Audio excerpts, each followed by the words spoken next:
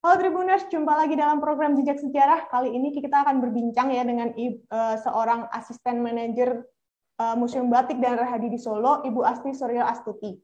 Bisa menebakkan kali ini kita akan berbicara tentang apa? Tentu saja tentang batik yang pada tanggal 2 Oktober kemarin ya diperingati sebagai Hari Batik. Nah, penasaran kan? Langsung aja yuk kita sapa. Halo Ibu Asti, apa kabar? Baik, alhamdulillah sehat. Selamat siang. Semoga Mbak Fia dan tim juga sehat ya. Beraktivitas ini sepertinya sudah mulai bergerak nih kegiatan di masyarakat. Iya betul sekali Bu, terutama sekarang ya setelah pandeminya mungkin udah agak menurun levelnya. Iya, ya. Sudah masuk ke level 2 ya, PPKM di Solo Raya ya. Iya betul. Baik, untuk teman-teman Tribunnya, ini saya perkenalkan, Ibu Asti ini merupakan seorang asisten manajer di Museum Batik Dandar Hadi Solo. Dan kebetulan kan kemarin pada tanggal 2 Oktober itu diperingati sebagai Hari Batik ya. Nah, ini kita akan ngobrol mengenai batik bersama Ibu Asti nih, ahlinya langsung. Ya Bu ya. Nah, ini Bu, kita langsung aja nih Bu ya. Kan seperti yang kita tahu, batik ini kan menjadi warisan budaya yang sudah ditetapkan oleh UNESCO. Nah, ini sebenarnya asalnya batik itu dari mana sih, Bu? Kenapa itu bisa berkembang di Jawa gitu? Baik ya, baik. Jadi batik itu bahasa kerennya, bahasa Inggrisnya itu termasuk ke dalam resist dyeing techniques, teknik celup rintang. Jadi mungkin teknik celup rintang di seluruh dunia itu macam-macam, bahan perintangnya macam-macam. Ada yang bahan perintangnya lilin, tetapi komposisinya tidak seperti lilin kepunyaan kita. Ya, jadi UNESCO itu kenapa menetapkan tanggal 2 Oktober sebagai masuknya batik ke dalam representatif list mereka. Lengkapnya warisan budaya dunia tak benda. Ini tak bendanya harus dikasih lingkaran merah. Warisan dunia tak benda milik Indonesia. Itu batik. Di tanggal 29 September itu panitia, ada pansus ya. Pansus mengajukan proposal yang diminta oleh UNESCO. Jadi tidak ujuk-ujuk tanggal 2 Oktober itu lalu Hari Batik Nasional, tapi prosesnya hampir 2 tahun. Kebetulan kurator Museum Batik Dandar Hadi dan juga atasan saya, almarhum Ibu Tuti Suryanto, itu beliau ikut di dalam pansus tersebut. Jadi menyusun proposalnya. Ketua timnya sendiri diketuai Bapak Gaura Monco Carito Dipuro, orang Australia Mbak itu. Orang Australia pindah kewarganegaraan jadi Indonesia, jadi abdi dalam di Keraton Kasunanan, jadi dalang. Dan dalangnya juga bagus. Beliau karena kemampuan berbahasa Inggrisnya, maka menjadi ketua panitianya untuk membentuk proposalnya itu. Syaratnya tidak boleh lebih dari berapa kata. Jadi kata-katanya itu nggak boleh kepanjangan, itu nggak boleh. Lalu menyebutkan spesifiknya, keistimewaannya apa ini? Batik Indonesia itu keistimewaannya apa? Dengan detail. Lalu juga menyebutkan bukti-bukti bahwa di Indonesia misalnya ada museum batik, ada kurikulum tentang batik, ada misalnya seperti di Solo ada Klewer, ada PGS, ada pasar-pasar dan juga seniman. Jadi semuanya terangkum di situ. Setelah diterima sebagai representatif list, maka pemerintah Indonesia di bawah Pak SBY ya waktu itu menetapkan batik, Hari Batik Nasional 2 Oktober. Yang disebut batik di proposal itu adalah dibuat dengan lilin panas sebagai perintang warna. Kalau menorehkannya pakai cantring jadinya batik tulis. Kalau menorehkannya pakai cap jadinya batik cap. Atau kombinasi dari keduanya. Berarti kalau hanya motifnya yang batik, tapi di print, entah print mesin atau tangan, itu bukan batik. Jadi semestinya kalau hari batik ya pakainya batik, kan? Hari batik kan bukan hari printing, ya. Jadi bukan tekstil motif batik. Nah, tadi Mbak Via menyampaikan sejarahnya. Yeah. Di zaman Panembahan Senopati itu sudah ada, batik itu sudah ada, dari foto-foto sudah ada. Mungkin sebelumnya juga sudah ada. Tapi ingat, bangsa kita itu tidak terbiasa mendokumentasikan sesuatu. Jadi batik itu berkembang secara tuturan, lisan, ya. Jadi tidak memang culture-nya berbeda ya antara kita bangsa timur dengan barat. Jadi dengan tuturan, ibu ngajari anaknya itu dengan hanya lesan, ya. Tapi pada abad keempat kalau tidak kelima sebelum Masehi di daerah Jawa Barat, tepatnya di Baduy ya, itu ada sehelai kain yang namanya kain simbut. Dia dibuat dengan teknik celup rintang, tetapi perintang warnanya itu bubur, Mbak, bukan lilin batik. Berarti sebetulnya sebelum abad kelima, teknik celup rintang itu sudah ada di Indonesia. Dengan perkembangan lebih lanjut, perintangnya berkembang sehingga tercapailah kesempurnaan pada era Kerajaan Mataram di bawah Panembahan Senopati. Mungkin di negara lain ada teknik celup rintang ada, tetapi bahan perintangnya beda-beda. Dan kita harus bersyukur pada Tuhan Yang Maha Esa ya, Allah Subhanahu wa Ta'ala. Lilinnya kita itu berbeda dengan lilin negara lain, jumlahnya ada 7. Sehingga mengakibatkan si batik itu indahnya bisa sedemikian rupa. Karena susunan lilin yang seperti itu yang tidak bisa dicapai oleh teknik celup rintang yang lain. Katakanlah misalnya ada Cina, ada teknik celup rintang, tapi lilinnya beda. Lalu di Malaysia katakanlah ada batik, ya batik versi mereka ya, tapi beda lilinnya. Selain itu dari aspek teknologinya. Ada aspek filosofis, aspek budaya. Apa? Misalnya Mbak Via dilamar sama calonnya, itu kain yang untuk lamaran itu harus tertentu. Yang kakung, yang laki-laki menggunakan satrio mana, yang wanita menggunakan semen rantai. Itu sudah tertentu. Jadi tidak boleh kain selain itu. Ya, jadi kenapa kok yang laki-laki menggunakan satrio mana? Karena dia kan akan menyampaikan sesuatu, akan melamar Mbak Via. Dia tanya kan ke Mbak Via, Via mau nggak menikah dengan saya? Mana kalau itu kan kayak Cupid bahasa dari Yunani itu kan juga bawa anak panah, jatuh cinta dipanah sama Cupid. Sama ini tanya dia, lalu Mbak Via biasanya menggunakan semen rantai. Semen dari kata semi. Jadi bukan semen holcim itu bukan ya Mbak Via. Semen itu tempat persemaian. Karena Anda berdua kan akan membentuk rumah tangga baru toh. Jadi cintanya bersemi gitu kan. Lalu rantai ada gambarnya rantai kecil-kecil.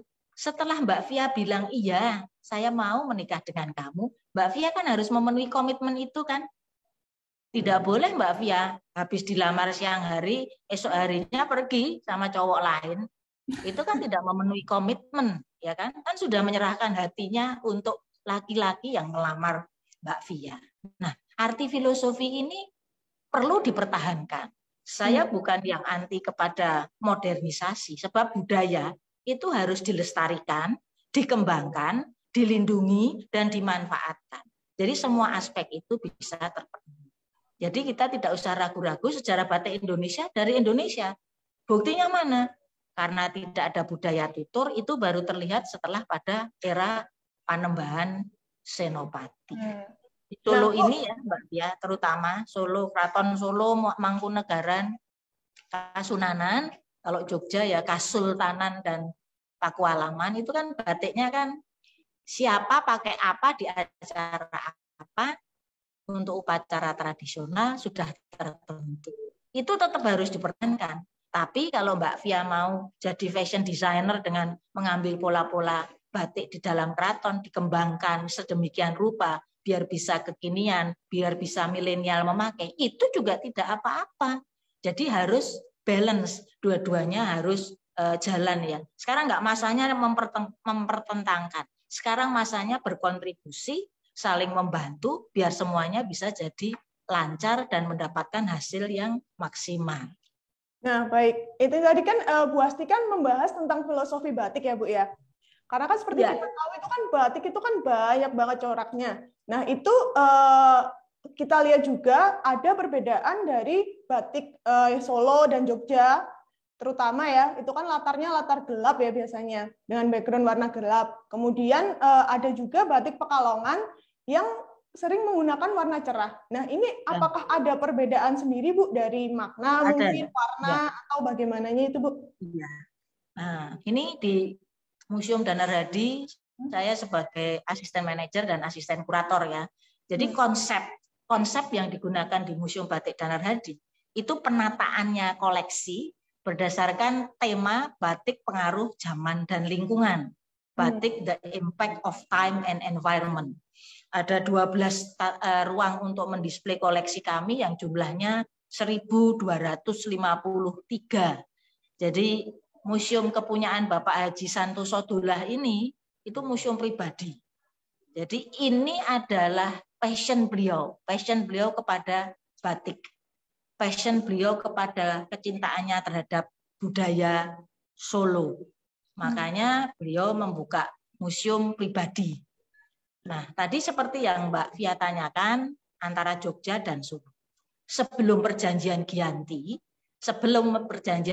sebetulnya sama ya Jogja Solo, tapi setelah perjanjian Giyanti di 1755 kan karena politik adu domba Belanda itu ada perjanjian Giyanti yang dituangkan dalam Palianegari. Palianegari itu artinya dibagi dua ya, kerajaan Mataram yang ada waktu itu dibagi dua menjadi Kasunanan Surakarta di bawah Mangkubumi yang menjadi Sultan Hamengkubuwono pertama dan yang di Solo oleh HB2.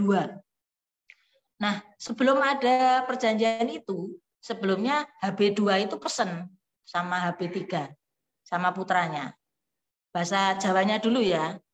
Mengko yen pamanmu jumeneng nata ana ing Ngayogyakarta Hadiningrat kabeh ageman caosno.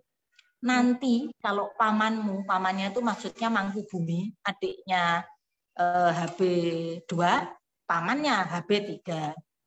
Semua pakaian kalau sampai Mangkubumi jadi raja di Yogyakarta, berikan, semua berikan. Nanging engkang awujud pusaka dibagi loro. Tapi yang berwujud pusaka, keris, tombak, glodok itu kotak pusaka, joli itu tanduk dibagi dua.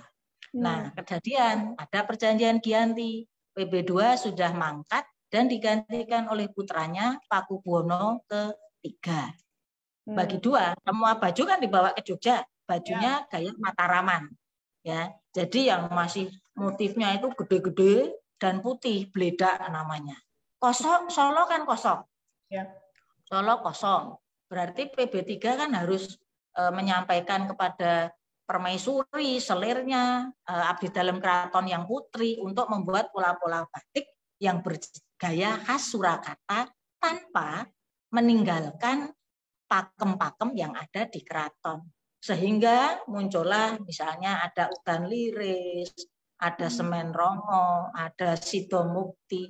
Perlu diketahui namanya pola sama, namanya motif sama ya, sidomukti ya.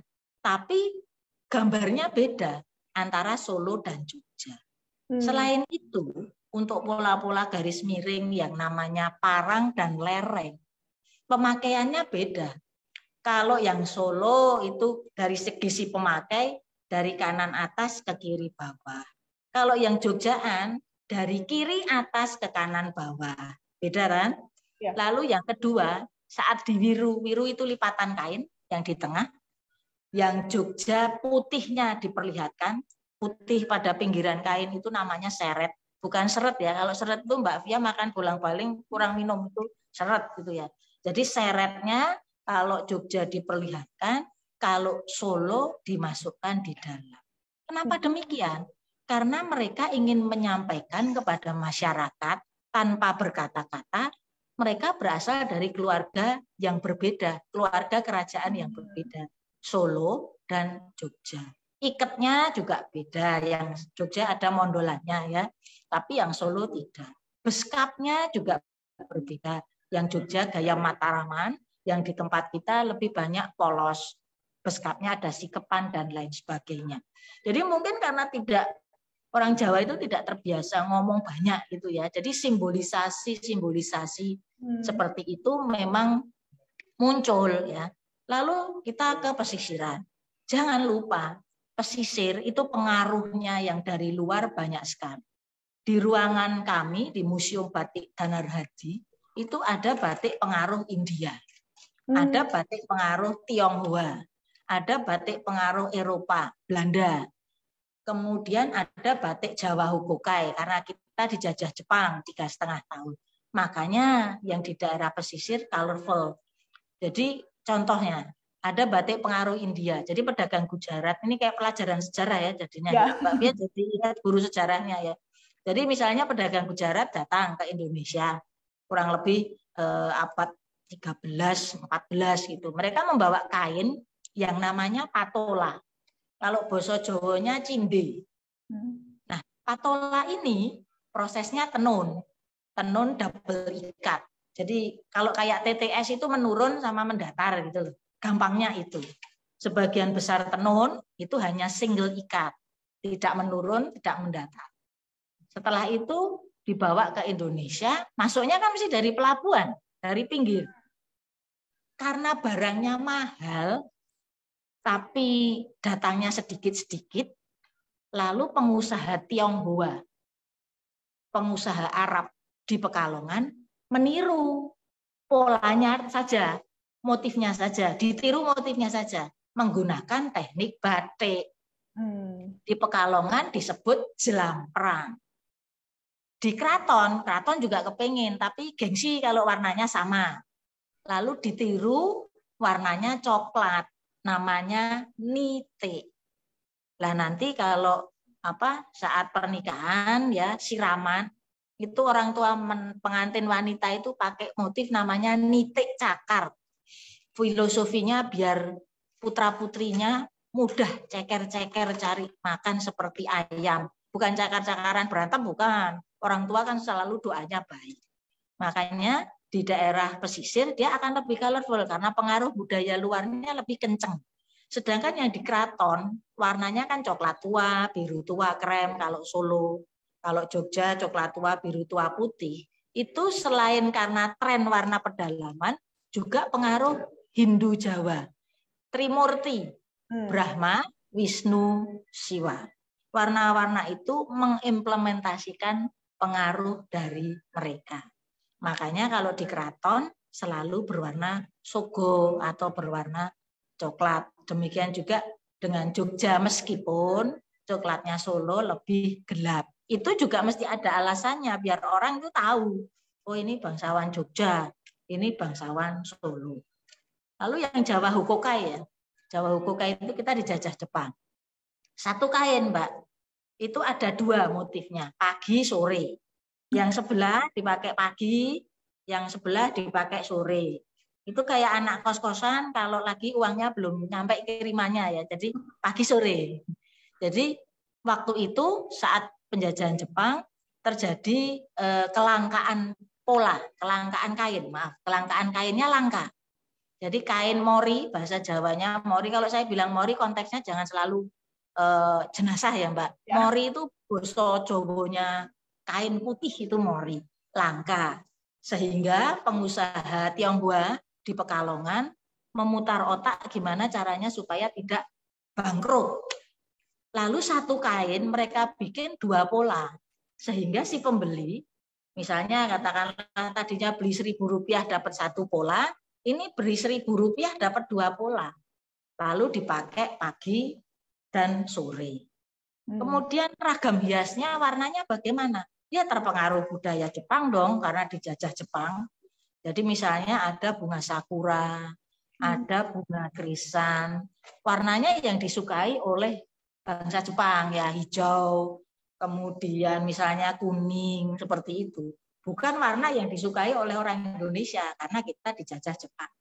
Nama Jawa Hokokai sendiri maksudnya adalah perkumpulan di area Jawa. Jadi waktu itu bangsa Jepang meminta pengrajin-pengrajin Tionghoa itu buat kain, lalu diberikan kepada bangsa Indonesia yang dianggap berjasa kepada Jepang. Maka perkumpulannya disebut Jawa Hokokai. Karena penjajahan waktunya pendek, maka koleksi yang ada pada Jawa Hokokai tidak banyak. Tapi alhamdulillah di Museum Batik Danarhadi ini lumayan ada koleksi karena Pak Santoso selaku owner, founder, pendiri Danarhadi dan juga penggagas museum ini berburu batiknya sampai ke pelelangan di luar negeri seperti Christie's dan Sotheby's. Itu Mbak Fia. Nah, ini Bu, ngomong-ngomong tentang Museum Batik Danarhadi ya Bu ya, itu pertamanya menggagas untuk mengoleksi batik itu kenapa sih Bu awalnya? Ya, jadi saya beruntung, saya kan sudah hampir 22 tahun nih di Museum Batik Danarhadi. Jadi dulu saya kan background-nya Fakultas Hukum ya Mbak Fia. Saya kesasar jadi sebetulnya saya kesasar. Tapi kesasar yang indah gitu. Kalau kata anak-anak milenial itu kesasarnya indah gitu ya. Jadi penggagasnya itu Bapak Santoso Dullah almarhum, owner dan founder dari PT Batik Danarhadi. Beliau kan mendirikan Danarhadi sejak tahun 1967 dan memang beliau berasal dari keluarga batik ya. Eyang buyutnya itu salah satu pendiri Sarekat Dagang Islam di Kota Surakarta di Lawean. Kemudian eyangnya itu salah satu pendiri koperasi batik Batari. Nah, setiap hari Pak Santoso kan beliau ikut eyangnya, jadi nggak ikut ayah ibunya, tapi kalau bahasa Jawa itu ngenger sama eyangnya. Dari sejak SD ikut eyangnya. Setiap hari lihat orang batik, setiap hari lihat orang ngecap, setiap hari lihat mereka yang mengerjakan terkait batik, berinteraksi, berbicara. Keinginan tahu anak kecil itu kan tinggi pasti ya. Nah, beliau merasa ingin meneruskan usahanya. Maka berdirilah Danarhadi di tahun 1967. Pak Santoso ini bersahabat dengan almarhumah Ibu Suryanto. Ibu Suryanto itu sebelum di Danarhadi, beliau menjabat Kepala Balai Pengembangan Batik di Yogyakarta. Pak Santoso sering datang ke Balai Batik untuk bertukar pikiran mengenai pewarnaan, mengenai pola batik. Dari mana saya tahu? Karena Ibu Tuti Suryanto itu ibu saya. Jadi saya waktu itu belum tertarik batik, tapi anak SMA kan lebih tertarik. Zamannya saya itu The Police gitu ya, dengerin itu ya. Jadi saya nggak tertarik sama sekali. Ibu cerita ya cuman masuk kanan keluar kiri gitu ya. Nah akhirnya setelah ibu pensiun, ibu diminta bergabung, Bu Tuti Suryanto pensiun diminta bergabung dengan Pak Santoso menjadi kurator Museum Batik Danarhadi dan bersama-sama mengkurasi koleksi-koleksi Pak Santoso, memikirkan temanya apa sehingga penataannya tidak membosankan. Karena menurut Pak Santoso, gimana sih caranya biar generasi muda itu bisa tertarik memasuki museum? Berarti kan harus tidak monoton, baik tentang koleksinya, baik tentang pemandunya, maupun alur ceritanya, serta aksesorisnya ya. Jadi itu harus terkombinasi menjadi satu. Ibu saya mau membantu, tapi butuh bantuan. Saat itu di tahun 98, saya baru pulang dari Jakarta, karena Jakarta ada kerusuhan Mei. Mbak Fia udah lahir belum 98? Sudah. Baik. Jadi karena adalah saya 4 tahun bekerja di Jakarta sebagai lawyer ya. Bahasa kerennya lawyer, pengacara, tapi bukan yang ke pengadilan, jadi bikin draft. Saya diminta pulang, saya diminta bantu ibu saya. Tadinya saya aras-arasan tahu ya Mbak, males gitu. Ngapain? Udah di Jakarta, di kota kan biasa atau anak saya kan masih muda waktu tahun 98. anak muda disuruh ngurusi batik kan keren, di Jakarta ketemunya kliennya ada yang bule kan gitu ya, makannya di restoran mewah dan lain sebagainya. Tapi setelah saya pikir-pikir, surga ada di bawah telapak kaki ibu.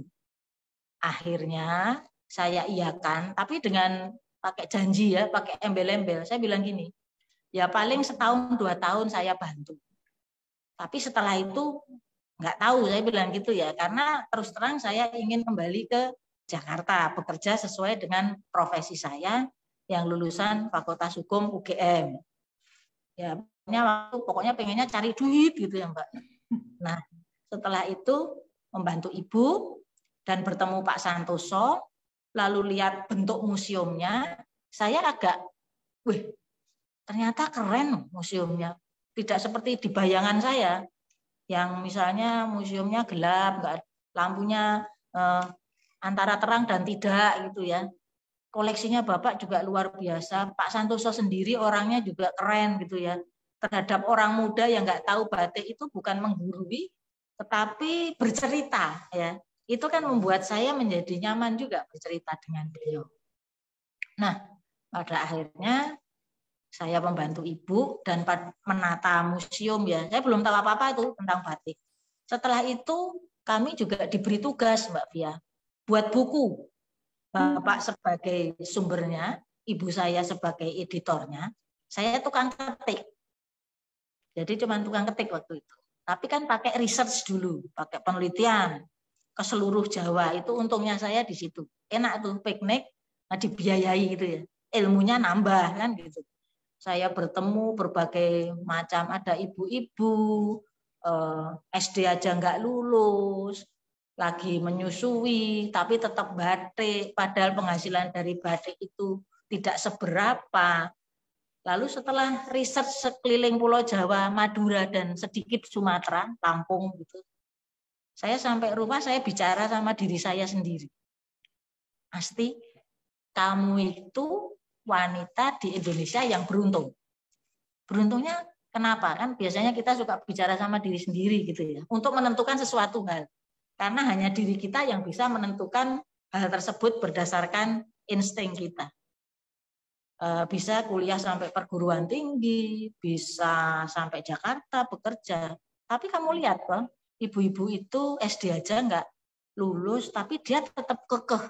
Dia tetap teguh, saya membatik untuk menambah penghasilan suami saya. Itu saya temui di daerah Indramayu dan Tuban. Jadi Indramayu itu batiknya bagus banget, pewarnanya masih alam. Di Tuban juga demikian. Lalu di daerah Bayat gitu ya, kalau Jawa Tengah Bayat, Ilang. Jadi kan semua daerah saya susuri. Akhirnya saya putuskan, oke lah, itu udah 2 tahun itu. Sudah launching buku juga. Akhirnya saya putuskan saya membantu ibu. Selain juga untuk dharma bakti saya ya, karena saya anak wanita satu-satunya di keluarga. Ibu kan pasti senang tuh ketika saya memutuskan saya akan bantu. Saya tidak kemana-mana. Dan juga saya sebagai orang Jawa, saya kan punya kewajiban berkontribusi terhadap budaya Jawa karena saya orang Jawa. Maka saya membantu ibu. Dari saya ngetik tadi, saya kan dapat ilmu. Karena misalnya naskah sudah dibuat, sampaikan Pak Santoso, minta diedit, balikkan ke ibu, saya ngetik lagi. Kayak saya bikin skripsi kan. Ya. Jadi sudah hafal. Nah, awal-awal tahun berdiri itu Pak Santoso juga sering berkunjung ke sini. Pak Santoso itu kiai sepuh yang enak diajak ngobrol. Saya selalu bilang berulang-ulang. Jadi kalau bapak marah itu biasa, orang tua marahi anaknya itu biasa, atau bos marahi bawahnya, it's okay. Memang kita kan kurang pengetahuan.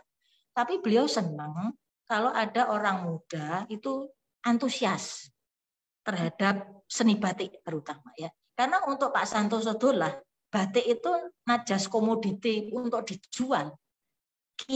Kami, Danar Hati itu punya kewajiban moral untuk melestarikannya. Maka dengan kemampuan semaksimal mungkin, Pak Santoso mendirikan Museum Batik Danar Hati yang biayanya itu dari uang kami sendiri. Karena private, ya kan? Maintenance-nya kan bisa bayangkan Mbak Bia. Tiket masuk di museum ini kan yang umum 35.000, pelajar 15.000. Membiayai ruangan 12 ruangan, pemeliharaan kain, AC, listrik, gaji, dan macam-macam, itu tidak akan tercukupi. Tapi Pak Santoso tidak hanya melihat ke situ, cukup apa tidaknya, tapi beliau menyampaikan kepada kami semua, terutama kita ini punya kewajiban, kalian yang muda punya kewajiban untuk melestarikan dan juga mengembangkan batik. Beliau paling senang kalau ada anak skripsi, ya, dilalahnya beliau pas ada, itu justru anak skripsinya ditanggap. Ditanggap itu maksudnya disuruh duduk, tanya jawab, diskusi gitu ya. Jadi Pak Santoso itu sangat dengan anak muda itu sangat low profile, sangat mengapresiasi gitu kan. Beliau juga bisa mengerti misalnya anak muda sukanya mungkin berbeda. Itu bisa mengapresiasi, tetapi yang penting mereka juga harus mengetahui basicnya dulu. Itu tentang apa? Kalau saya menganggap Pak Santoso tidak hanya bahasa kerennya bos, saya menganggap beliau mentor saya. Saya menganggap beliau pepunden saya. Baik. Jadi selama ini Ibu Asti itu udah 22 tahun ya Bu ya mengelola museum ini. Ya, sekarang 21 lebih ya, mau 22. Hampir 22 tahun. Nah mungkin Bu bisa diceritakan mungkin ada nggak sih yang koleksi mungkin paling berharga atau mempunyai cerita menarik yang di dalam museum itu Bu? Jadi di dalam museum, kain yang boleh masuk museum, kain yang boleh dimuseumkan, itu kan kalau umurnya sudah 50 tahun ke atas ya. Jadi kain batik yang umurnya 50 tahun bisa masuk museum. Pak Santoso ini mengkoleksi kainnya tentu saja sudah dari tahun 67, selain mendapatkan juga dari warisan dari kakek neneknya ya, ada batik Sudagaran namanya. Dan juga beliau beli dari lelang di luar negeri. Di museum kami itu ada batik yang dibuat pada masa penjajahan Belanda. Padahal masa penjajahan Belanda itu 1840 sampai 1945-an ya. Bayangkan sudah berapa ratus tahun. Nah, itu koleksi yang sangat berharga karena belinya saja dilelang. Berarti kan harganya sangat tinggi. Uniknya lagi untuk batik Belanda ya. Jadi batik yang buat itu noni Belanda, buatnya di Pekalongan atau di Semarang atau bisa juga di Pacitan. Yang punya pabrik itu si noni-noni Belanda, tapi yang batik tetap kita. Si noni ini hanya juragannya istilahnya. Karena si noni ini juragannya, maka pola dan warna itu pasti nurut juragan toh. Kan pekerja kan nggak bisa menentukan. Karena budayanya Eropa itu ada batik yang polanya, motifnya itu gambar putri salju. Tahu ya putri salju, cerita itu Snow White ya. Lagi ngelihat kaca gitu kan, mirror mirror on the wall, who's the prettiest princess in the kingdom gitu kan. Lalu ada Hansel and Gretel. Hansel and Gretel juga pasti tahu ya. Lalu ada Little Red Riding Hood, si kerudung merah yang sama serigala itu. Nah itu pola batiknya ada gambar-gambar seperti itu karena budayanya budaya Eropa. Atau kalau budaya Tionghoa ya ada gambar misalnya binatang mitos Cina ya kayak naga gitu kan. Naga, lalu kilin itu anjing berkepala singa. Kemudian kelelawar, kura-kura. Pokoknya binatang-binatang yang filosofisnya bagus. Kalau kura-kura itu kan umurnya panjang. Jadi harapannya orang yang pakai kain pengaruh Cina yang ada gambar kura-kuranya nanti umurnya panjang dan bahagia. Yang batik keraton juga ada keistimewaannya karena ada yang pernah dipakai untuk naik tahta. Pakubuwono ke-10 ada, Pakubuwono ke-13 juga ada. Jadi luar biasa ya koleksinya. Makanya saya berpesan ya kepada teman-teman muda, mungkin mindsetnya sudah terbentuk museum is a dirty place with tempat yang gelap, pemandunya tua. It's different, beda. Kalau nggak percaya ke sini deh. Jadi Museum Batik Danar Hadi itu dibuat sedemikian rupa supaya orang tertarik mengunjungi. Kebersihan, kenyamanan, pemandu saya saja muda-muda. Dulu waktu rekrutmen itu maksimum 24 usianya, supaya ada fase yang panjang untuk mereka bisa berada di sini. Dan yang paling penting, museum ini sudah dapat CHSE, Mbak, dari Kemenparekraf. Jadi berarti itu kan dinilai sudah aman, nyaman, dan sangat layak untuk dikunjungi. Selain itu, di bulan Oktober ini itu ada promo tiket masuk, karena kami ingin lebih mengajak terutama generasi muda ya. Saya ingin menghilangkan image batik age kuno, saya ingin menghilangkan image itu. Saya ingin menghilangkan kalau ke museum itu nggak ngetren. Ke museum itu ngetren, tinggal kayak apa museumnya. Ya, jadi ada promo, Mbak. Misalnya Mbak Fia udah vaksin sekali, itu tiketnya kalau diskon 15%, baik untuk umum maupun pelajar. Mbak Fia sudah vaksin 2 kali, diskonnya 25%. Museum Batik dan Narhadi juga ingin berkontribusi untuk mensukseskan program pemerintah. Kami juga ingin berpartisipasi mensukseskan dalam hal ini di Kota Surakarta programnya Mas Gibran. Jadi supaya bisa terlaksana kan mestinya semuanya harus bergandeng tangan sehingga bisa lancar. Oke. Kan ini kan berarti kan dengan mengoleksi batik yang dipajang di museum merupakan salah satu cara melestarikan batik itu sendiri ya Bu ya? Betul, betul Mbak. Selain itu, mungkin menurut Ibu kedudukan batik di era modern saat ini gimana ya Bu ya? Mungkin ke anak-anak muda dan sebagainya, sehingga pelestarian apa yang perlu kita lakukan? Misal saya nih Bu ingin membantu nih, itu misalnya saya bisa melakukan apa gitu Bu? Ya, yang paling mudah dulu ya, paling mudah untuk diri sendiri. Ya beli batik yang cap, dipakai di hari batik, itu paling mudah ya. Lalu saya termasuk jenis orang museum yang ingin memanfaatkan teknologi. Sekarang ini digitalisasi sudah masif. Jadi itu perlu ditingkatkan. Saya selalu mengiyakan setiap ajakan untuk melakukan live IG ataupun IG tapping seperti ini. Selalu saya iyakan. Saya sebagai yang lebih, meskipun belum tua banget, tapi kan lebih tua nih dari anak-anak, dari panjenengan, dari tim gitu kan. Jangan bosan-bosannya bekerja sama dengan yang muda. Yang muda memasukkan teknologi digitalnya, yang tua memberikan ilmunya. Misalnya di museum, ada museum yang bagus ya di daerah Tawangmangu. Saya sangat terkesan. Mereka menggunakan komputer, mereka menggunakan teknik-teknik digital. Saya anak mudanya itu enggak bosan. Itu saya setuju. Dan juga kan ada IG, ada Twitter, ada podcast, ada whatever lah. Itu mesti digunakan. Suka tidak suka harus digunakan.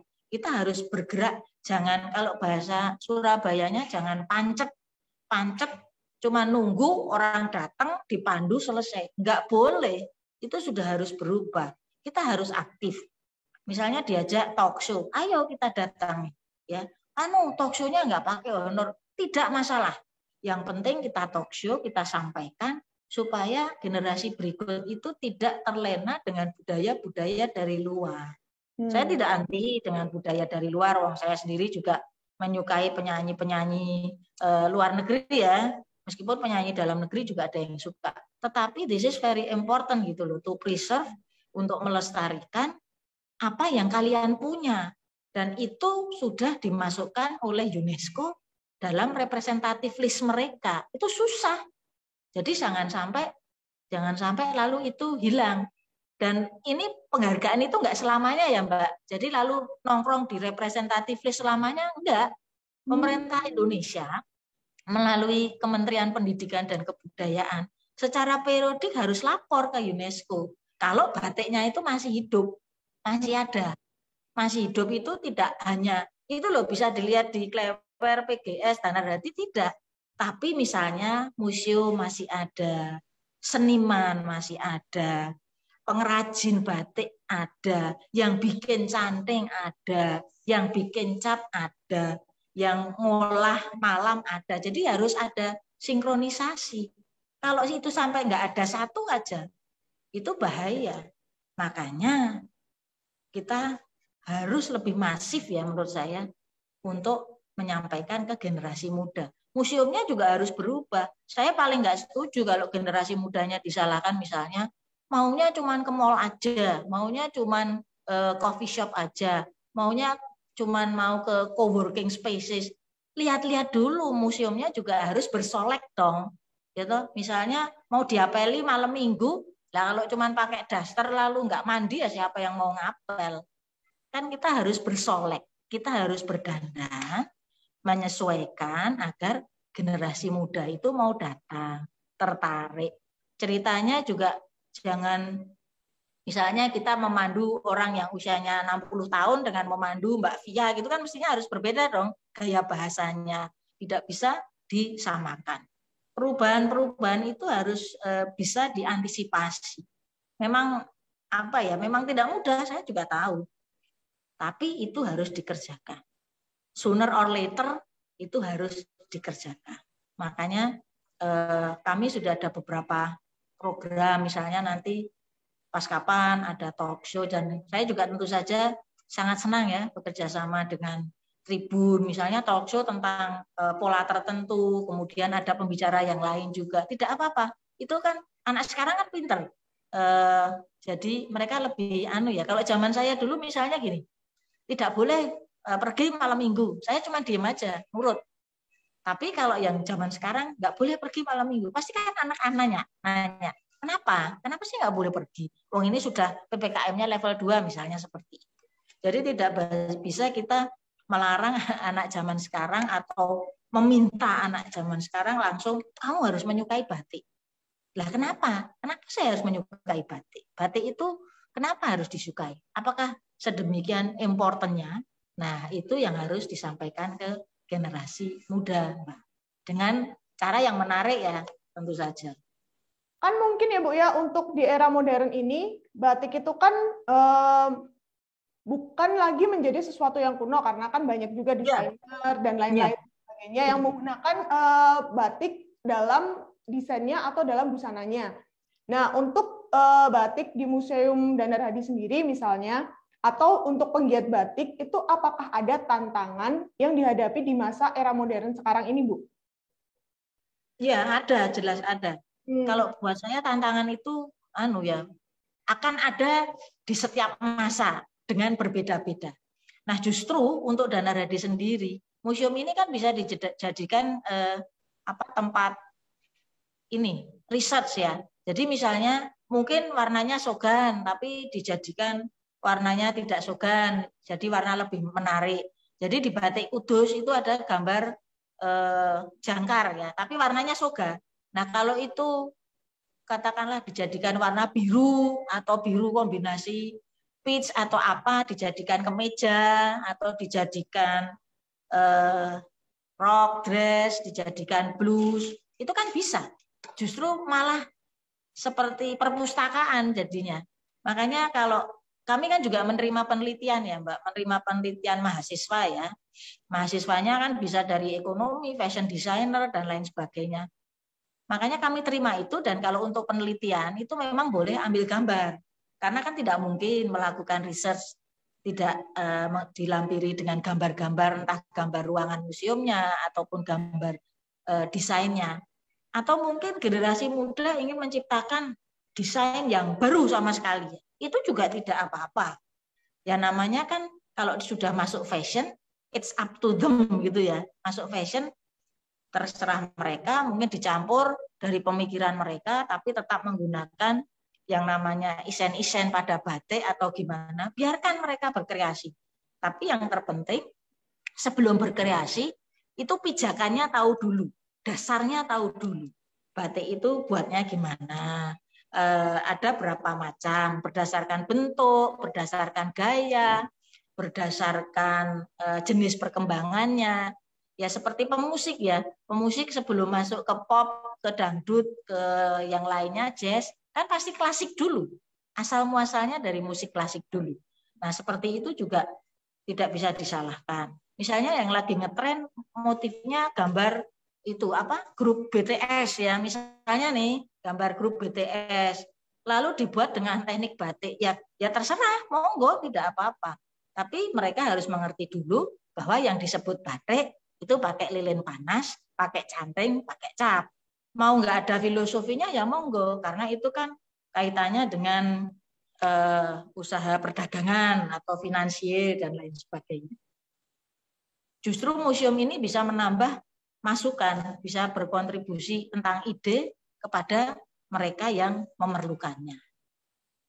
Untuk Museum Danar Hadi sendiri, Bu, terutama di masa pandemi ini, pandemi COVID sekarang ini tuh ada kesulitan tersendiri nggak, Bu? Mungkin tentang masalah apa, atau mungkin harus menjalankan protokol kesehatan dan sebagainya gitu, Bu? Iya, kami kan buka baru minggu kemarin, jadi tutup itu sejak Juli. Nah, itu jelas berdampak. Jelas berdampak karena untuk pemandu kan jadi masuknya gantian. Itu kan juga pasti berdampak pada periuk mereka. Tetapi untuk yang bersih-bersih ya, yang office boy itu saya tidak mau kompromi. Saya karena ini barang-barangnya sangat berharga, maka untuk kebersihan itu untuk office boy-nya tetap dimasukkan seperti biasa. Karena tidak hanya kebersihan, kan pemeliharaan kain juga harus diperhatikan. Bayangkan kalau sampai koleksinya itu rusak, padahal umurnya sudah 150 tahun, nggak bisa dipikir lagi, itu kan kerugian yang luar biasa. Tidak untuk Danar Hadi saja, untuk Indonesia ya, karena museum ini tuh sebetulnya kan juga tidak hanya punyanya Danar Hadi, tapi juga punya Jawa Tengah, punya bangsa Indonesia. Ya, buktinya kan Pak Presiden Jokowi juga sering gitu ya mengajak tamunya ke sini. Dulu waktu jadi wali kota juga iya. Nah, setelah pandemi, kami baru buka kemarin, dan sekarang levelnya level 2, tentu saja sudah jelas-jelas boleh buka. Makanya saya sampaikan ke staf saya yang masih muda-muda dan kreatif, untuk upload di Instagram. Upload bahwa, guys, kami sudah buka whatever, pokoknya bahasa-bahasa yang lebih menarik ke anak muda, dan juga sampaikan juga ada diskonnya. Karena kan dengan diskon, misalnya udah vaksin 2 kali itu tiketnya kan untuk pelajar kan jadi 10.000, itu kan murah daripada bakso 1 mangkok, murah tiket masuk museum kalau sekarang karena sudah promo. Padahal kan manfaatnya bagi mereka yang ke museum kan juga menjadi lebih rasa nasionalisme, rasa mencintai terhadap budaya sendiri itu pasti akan tumbuh. Karena di dalam museum kan pasti akan terbentuk image, wah bikinnya ternyata susah loh batik tulis. Kasihan ya ibu-ibu yang bikin batik tulis itu, misalnya kalau sampai saya tawar nanti apa bisa masih mendapatkan keuntungan seperti itu. Ya itu pandeminya. Jadi jelas protokol kesehatannya sudah dari kita tutup pertama itu Maret, Mbak, sejak pemerintah mengumumkan virusnya masuk Indonesia, kita tutup 2020 itu 3 bulan. Setelah itu sudah kita antisipasi karena kami museum swasta, Pak Santoso dan Ibu Suryanto kuratornya selalu wanti-wanti untuk lebih meningkatkan servis. Kan ukur suhu dan sanitizer itu kan juga meningkatkan servis. Lalu catat nama, nomor untuk memudahkan tracing jika terjadi sesuatu. Dan sekarang kami di sini semua sudah vaksin 2 kali penuh. Lalu di awal bulan seperti saya sampaikan tadi kami dapat CHSE. Untuk dapat CHSE dari Kemenparekraf kan diaudit. Jadi ada petugas datang. Petugas auditor datang cek macam-macam ya, yang vaksin lah, yang misalnya ada pemadam kebakaran, spray untuk alat pemadam kebakaran, atau mungkin titik kumpul, atau yang terkait keamanan, musolanya bagaimana, fasilitasnya bagaimana, seperti itu. Jadi memang tidak mudah. Saya selalu bilang pada tim, ya kita harus sabar ya, karena yang kena pandemi seluruh dunia itu, tidak hanya Solo, tidak hanya Jawa Tengah, tapi seluruh dunia itu terkena pandemi. Dan terutama kepada bidang pariwisata. Padahal museum itu kan pariwisata. Yang kedua, padahal lagi peminat museum itu, ini terus terang saya sampaikan, lebih banyak wisatawan mancanegara. Mereka itu kalau kita cerita tentang budaya pembuatan kain batik, ada filosofinya. Geleng-geleng kepalanya itu sampai mau lepas gitu. Geleng-gelengnya berkali-kali soalnya. Mereka begitu mengagumi sabarnya orang Indonesia, kemampuannya orang Indonesia menuangkan ide-ide yang ada di dalam hati, pikiran, menjadi sebuah kain yang juga indah. Itu mereka kagumi. Padahal kan penerbangan dari luar negeri kan hanya bisa masuk saat ini baru ke Soekarno-Hatta dan Manado ya kalau nggak salah. Bali nanti baru dibuka tanggal 14 Oktober. Nah itu yang membuat berat. Ya kita alhamdulillah almarhum Pak Santoso itu selalu mensupport kami baik dengan semangat maupun juga dengan bantuan finansial. Katakanlah jika ada kerusakan AC atau apa segera diperbaiki. Ya kita harus tetap survive. Saya selalu menyampaikan juga pada anak-anak kita harus kerjasama, koordinasi, komunikasi. Kepada teman-teman museum yang lain juga kita harus bergandengan tangan lebih erat lagi, harus berkontribusi. Nggak usah berkompetisi lah, jangan berkompetisi tapi berkontribusi. Misalnya di Museum Danarhadi ada brosurnya museum lain, di museum lain ada brosurnya Museum Danarhadi. Atau untuk studi banding antar museum, silahkan berkunjung ke Museum Danarhadi, tentu saja free ya, kalau dari sesama museum, kami berkunjung ke sana juga free. Nah, kalau seperti itu kan lebih nyaman ya, karena sebetulnya budayanya bangsa Indonesia itu guyup, bukan saling bertentangan, bukan saling caci maki, bukan saling bermusuhan, kita itu guyup, makanya Bhinneka Tunggal Ika. Di dalam banyak hal, tapi kita tetap satu. Keragamannya itu dikemas sedemikian rupa menjadi satu. Ya kan nggak, nasi goreng kalau cuma pakai garam dong juga nggak enak dong. Kan pasti ada garam, ada cabai, ada bawang putih, bawang merah, mungkin ada terasi, ada masako. Jadi satu menjadi judul nasi goreng, dimakan enak. Kalau cuma nasi lalu cuman kecap tok digoreng ya nggak enak. Makanya kita harus selalu bergandengan tangan dengan erat, bekerja sama, berkontribusi. Kalau skopnya Solo ya Solo Raya tentu saja memajukan pariwisata di Solo Raya. Baik, menarik sekali ya Bu ya, nggak terasa ini kita ngobrolnya banyak, dapat pelajarannya dari Bu Asti ini banyak, nggak terasa waktunya tuh berjalan cepat. Cepat ya, iya Mbak Fia, iya Mbak Fia. Ya, Mbak Fia juga dan tim tak undang ke museum loh ya. Oh siap, siap. Kami senang sekali kalau kan udah punya WA-nya Mas Afif, nah tinggal WA-an saja jam dan lain sebagainya. Ini kebetulan juga di Pendopo dalam Murianing Ratan itu sedang ada pameran. Pamerannya judulnya Living in Heritage. Jadi yang dipajang di Pendopo dalam Murianing Ratan itu free ya, kalau pamerannya free of charge. Itu yang dipajang di sana adalah karya-karya almarhum Bapak Santoso Dola.